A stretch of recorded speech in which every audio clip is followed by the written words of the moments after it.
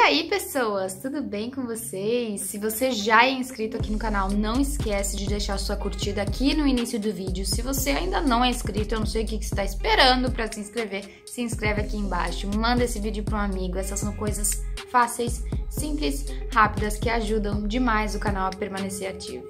Hoje a gente vai falar de uma coisa que eu particularmente adoro, que é dormir, a hora da soneca, a hora que a gente dorme. Por que a gente dorme, né? Mas também iremos falar de uma coisa da qual ninguém gosta, não só eu, como todo mundo, que é estresse na hora do sono. Por que às vezes a gente não consegue dormir? Por que a gente tem pesadelo?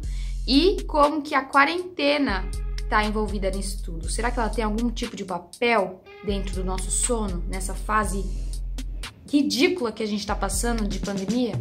Vocês já se perguntaram por que a gente dorme? É uma coisa que é tão automático que a gente às vezes esquece, né, de se questionar. Na natureza existem animais diurnos e animais noturnos. E por que eles são assim hoje em dia dependeu muito da sua história evolutiva. Vamos falar sobre os sapiens, sobre os seres humanos. Vamos imaginar que ele tá lá na savana, lá na África, e vamos supor que durante o dia os leões durmam. Então, obviamente, tiveram aqueles grupos de pessoas que eram melhores adaptadas durante o dia e aí elas sobreviviam, porque durante o dia elas estavam caçando enquanto os leões estavam dormindo. Então, não tinha como elas serem mortas pelos leões, por exemplo. Agora, as pessoas que eram melhores adaptadas à noite, elas morriam, porque os leões, que são grandes caçadores, caçavam durante a noite também. Então, existem diferentes ciclos circadianos. Tem gente que dorme melhor durante o dia, tem gente que dorme melhor durante a noite, tem gente que dorme menos, tem gente que dorme mais. Mas o grande geral é dormir durante 8 horas no período noturno. Isso para nós, Homo sapiens. Mas por que dormimos? Por quê? Tudo isso que eu falei não responde essa pergunta. Diversos estudos vão mostrar coisas diferentes, mas todas elas são muito bem aceitas na academia. Uma delas é por conta da falta de oxigenação no cérebro. Então a gente tá em pezinho, a gravidade vai fazer com que o sangue caia cada vez mais, né? Tenha menos pressão no cérebro e vai faltar um pouquinho de oxigênio e daí a gente vai se sentir sonolento depois de longas horas em pés, longas horas sentados. Inclusive, é por isso que a gente acorda com a cara inchada. Não é só o sangue que reestabelece no cérebro, no rosto. São todos os nossos fluidos. Muitos outros estudiosos também falam que é por conta da ausência de estímulo externo. Então a gente tá lá, tranquilão, não tem nenhum tipo de estímulo externo, e daí a gente fica com tédio e dorme. Outros também falam que é um processo de restauração de energia, então a gente precisa ter um momento off, um momento tranquilo pra gente restaurar e armazenar toda essa energia de novo pra gente acordar bem e fazer tudo que a gente tem que fazer durante o dia.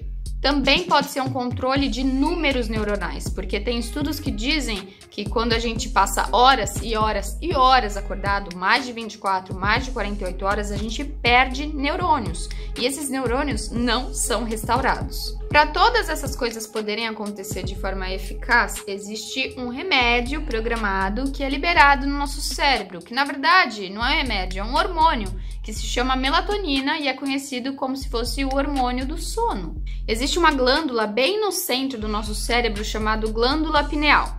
E essa glândula ela só vai produzir a melatonina, ela não consegue armazenar a melatonina. Então a gente não pode pegar e falar, ok, quero que a melatonina seja liberada agora. Isso não vai acontecer. Isso só vai acontecer quando a gente estiver no escuro. É por isso que as pessoas falam da importância de se dormir no escuro, que não é legal dormir de luz acesa, televisão ligada, abajur ligado, celular na cara, enfim. Ok, Bia, beleza. Então, pensando nisso tudo, o sono é como se fosse um sintoma? Sim, o sono, na verdade, é como se fosse um pré-sintoma de algo que ainda não aconteceu, mas o seu corpo está evitando de que aconteça. Evitando de perder neurônio, evitando de perder energia, evitando de perder oxigenação no cérebro. É como se fosse a fome. A gente começa a sentir fome quando o nosso estômago esvazia. Só que assim, em tese, nós demoraríamos horas e horas e horas para o nosso estômago esvaziar. Porque lá, quando a gente estava evoluindo ainda, quando éramos sapiens arcaicos, a gente ainda não sabia lidar muito bem com fogo. Então a gente comia carne crua. E a carne crua demora horas para ser digerida. Mas abrindo um parênteses aqui, hoje a nossa realidade é totalmente diferente. Quando a gente sente fome, não quer dizer que a gente está perdendo nutrientes, só quer dizer que a gente já digeriu o nosso alimento. Ok, voltando ao sono, a gente tem 2 estágios quando nós estamos dormindo. A gente tem o REM e a gente tem o não REM. REM é uma sigla em inglês, que significa Rapid Eye Movement. Quando a gente tá num sono mais intenso, que a gente começa a mexer os nossos olhinhos. Se você dorme com alguém, dá uma olhada às 4 horas da manhã que talvez isso esteja acontecendo e talvez seja meio creepy. Mas é no REM que acontece a consolidação da memória e é no REM que a gente sonha. A gente não consegue sonhar no não REM. E aí a gente chega na quarentena e no sono. Provavelmente você tá tendo uns sonhos meio estranhos, né? Durante essa quarentena, desde que a pandemia começou.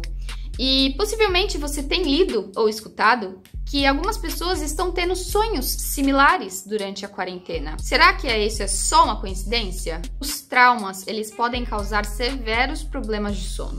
E existe uma coisa chamada trauma coletivo, que é quando existe um evento que traumatiza mais do que uma pessoa, diversas pessoas, e essas pessoas acabam ficando com trauma por conta daquilo. Queda de avião, pandemia, assalto a banco. E esses traumas coletivos podem ocasionar sonhos coletivos. Esses sonhos geralmente vão remeter ao que as pessoas viveram, no caso é o que a gente está vivendo no momento, que é a pandemia do coronavírus.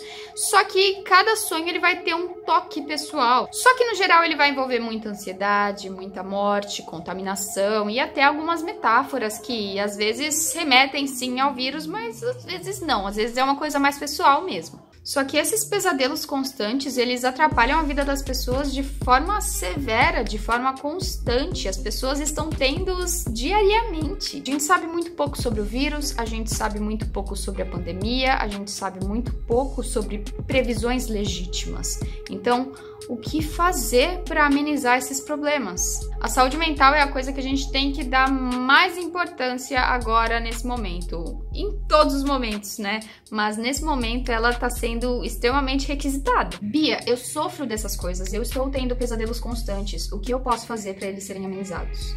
Atividades que te deem um prazer pessoal. Yoga, cozinhar, algum hobby novo, atividades manuais, plantio, meditação e afins. Tem várias outras coisas que só você vai poder dizer, porque é pra você. E a única pessoa que te conhece melhor no mundo é você mesmo. É claro que essas são atividades totalmente paliativas, mas elas dão o necessário pra gente manter o nosso cotidiano em ordem. E o que a gente precisa agora é manter a nossa rotina, manter o nosso presente em ordem. No início da quarentena e agora durante a quarentena, eu tirei um projeto do papel e que tá me prendendo muita atenção e tá me fazendo muito bem, que é o canal no YouTube. Antes da quarentena, eu andava muito ansiosa, muito deprimida, preocupadíssima com o futuro. Eu tinha altas crises de choro, altas crises de ansiedade. E aí, durante a quarentena, a faculdade parou, o que foi, obviamente, um surto no início. Mas eu consegui dar mais atenção aos projetos que estavam parados, aos projetos que eu tinha em mente em colocar em prática lá no futuro. Hoje em dia eu durmo muito melhor e eu realmente nem consigo dizer quando é que foi a última crise que eu tive. Eu tô bem, eu tô tranquila, a pandemia acabou? Óbvio que não!